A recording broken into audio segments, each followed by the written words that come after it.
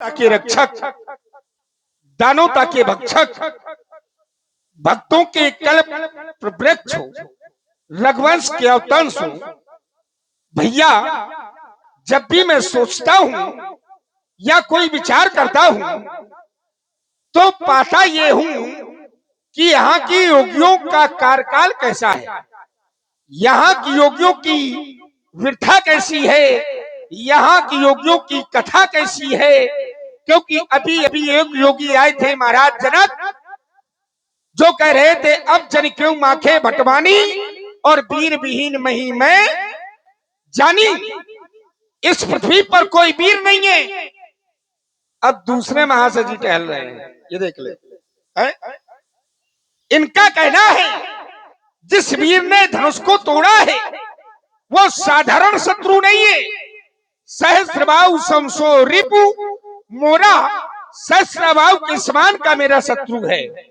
तो भैया आपने धनुष क्या तोड़ा, आपने अपने सिर पर एक आफत मोल ले रखी है। भाई जब नहीं टूटा था तो राजा जनक के लिए अच्छा नहीं था, अब टूट गया तो महात्मा परशुराम जी के लिए अच्छा नहीं है। अब बताओ समस्या दोनों तरफ खड़ी हुई।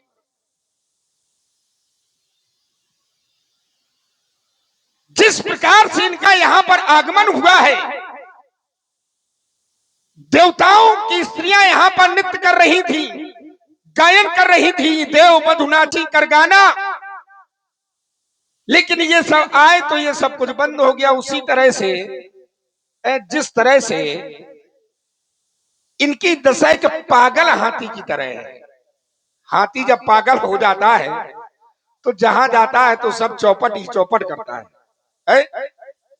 और जब उस पागल हाथी को जब अपने काबू में किया जाता है तो जो महावत होता है वो उस हाथी को एक नुकीले अंकुश के द्वारा काबू करता है।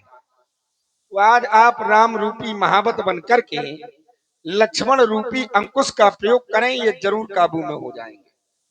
इनको काबू कोई नहीं कर सकता, क्योंकि मैं जानता हूं आपकी थाली में वो पुष्प नहीं है जिससे महात्मा परशुराम जी की पूजा हो पाएगी, और मेरी थाली में ऐसे बहुत सारे सुमन हैं कि आज इनकी नीचे से ऊपर तक विधिवत पूजा करूंगा, कोई कसरी नहीं छोड़ूंगा।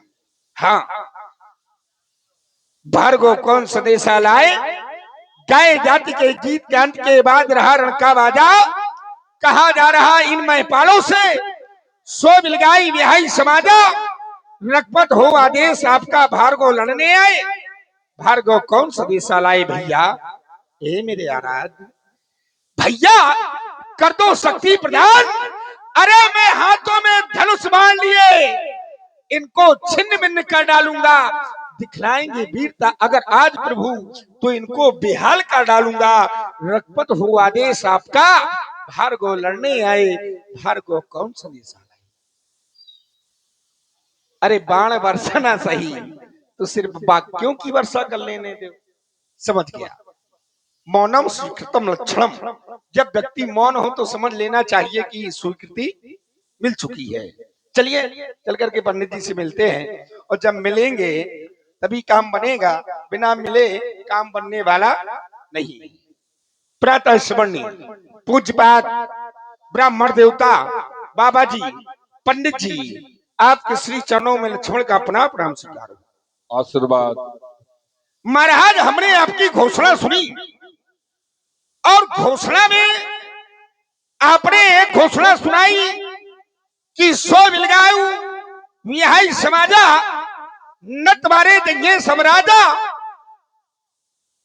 धनुष तोड़ने वाले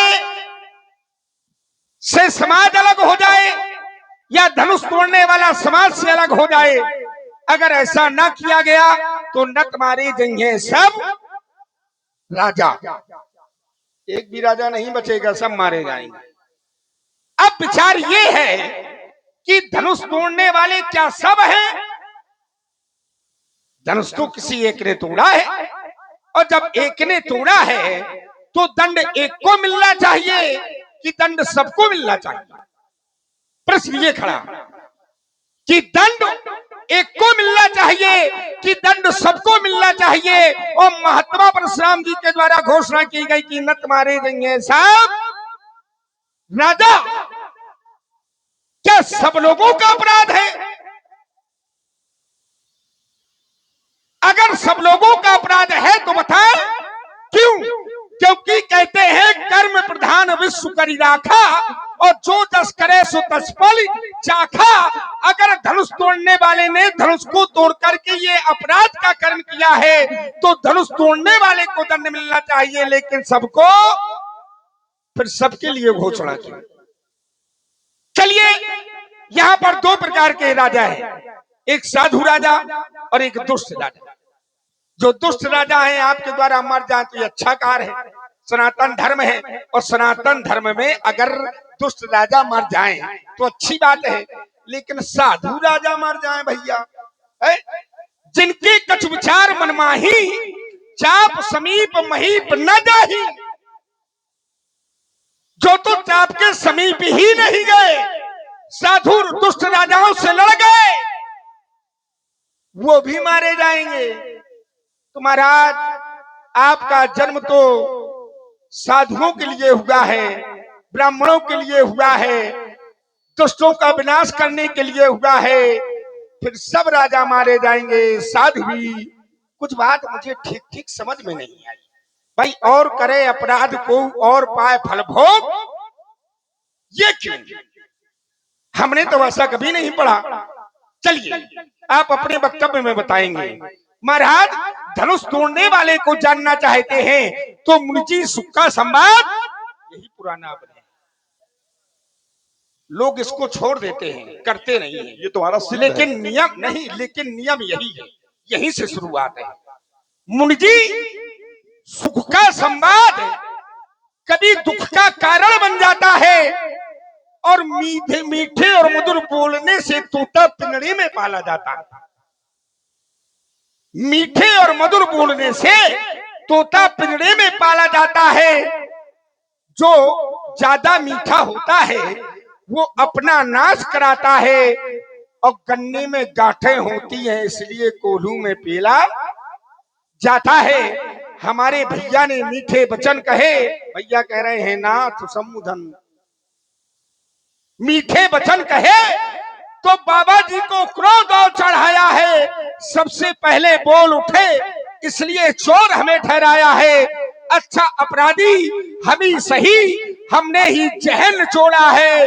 जो करना हो सो करे, आपसे धनो समी ने हमी ने तोड़ा है। महाराज, आप एक धनुष की बात कर रहे हैं। जब हमारी लड़काई अवस्था थी तब हमने एक नहीं, दो नहीं, तीन नहीं, चार नहीं, पांच नहीं, बहु कितनी बहु धनु ही तोरी लड़काई, पर कभू नास स्कीन घुसाई। जब बहुत तोड़ी तो ऐसा दर्शन नहीं, और एक टूट गया तो दर्शन के साथ साथ इतना लंबा चौड़ा प्रदर्शन। महाराज है यह धन पर ममता के हेतु, हेतु माने कारण जानना चाहता हूं। वाणी को अल्प विराम कथता। चलिए, देखिए राजकुमार लक्ष्मण ने इसको और सही करो थोड़ा।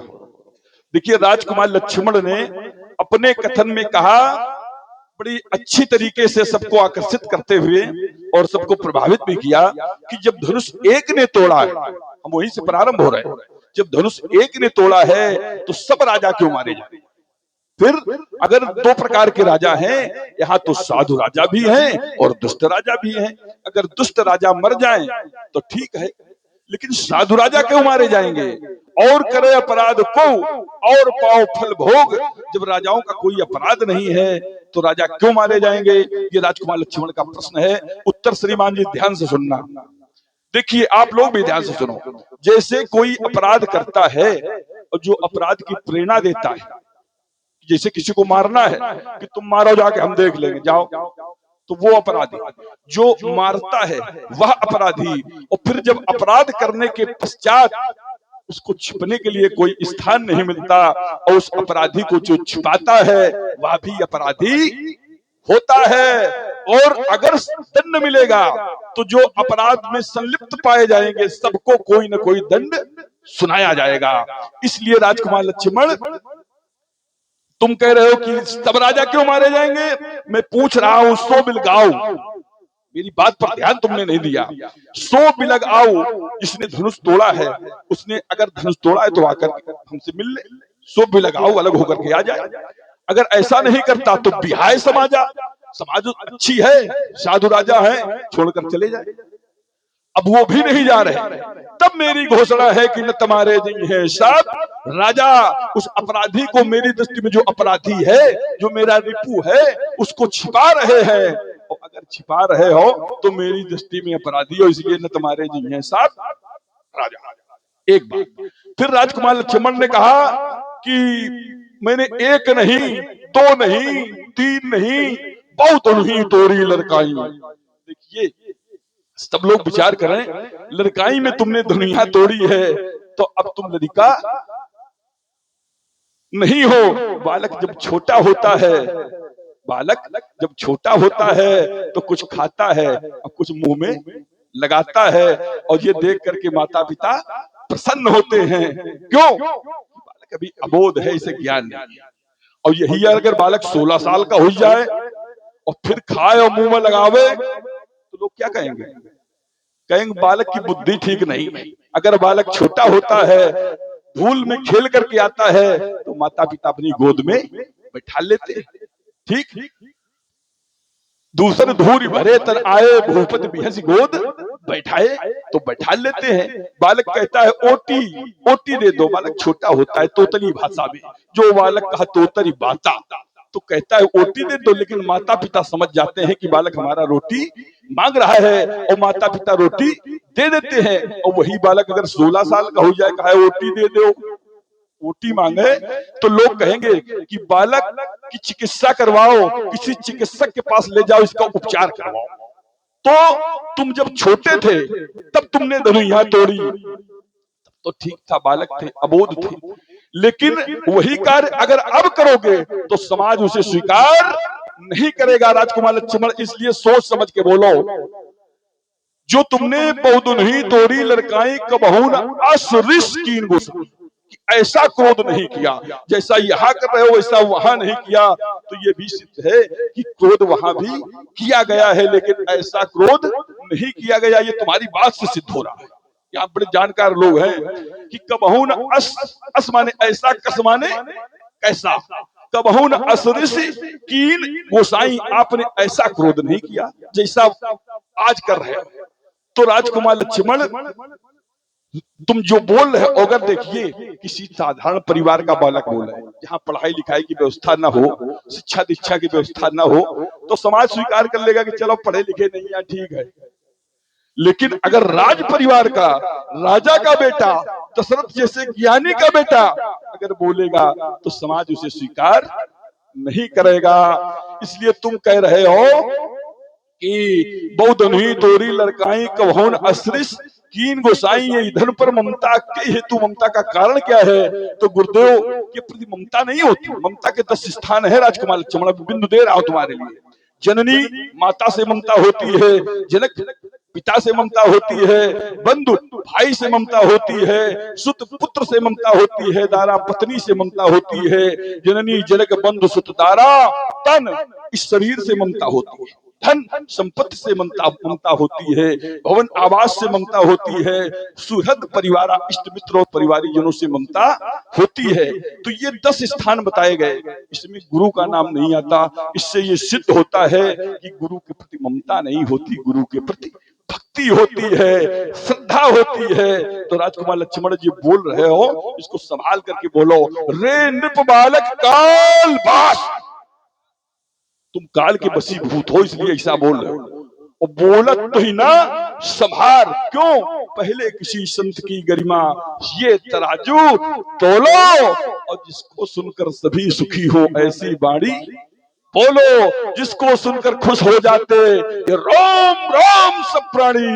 लक्ष्मण सबसे बोलो सुंदर मीठी पानी रेन बालक काल वश बोलत तुझे शहर और धुनुई समुद्र धन विदुष सकल संसार। कहाँ वो तुम्हारी दुनिया और कहाँ भोलेनाथ का ये महाधनुष। चलिए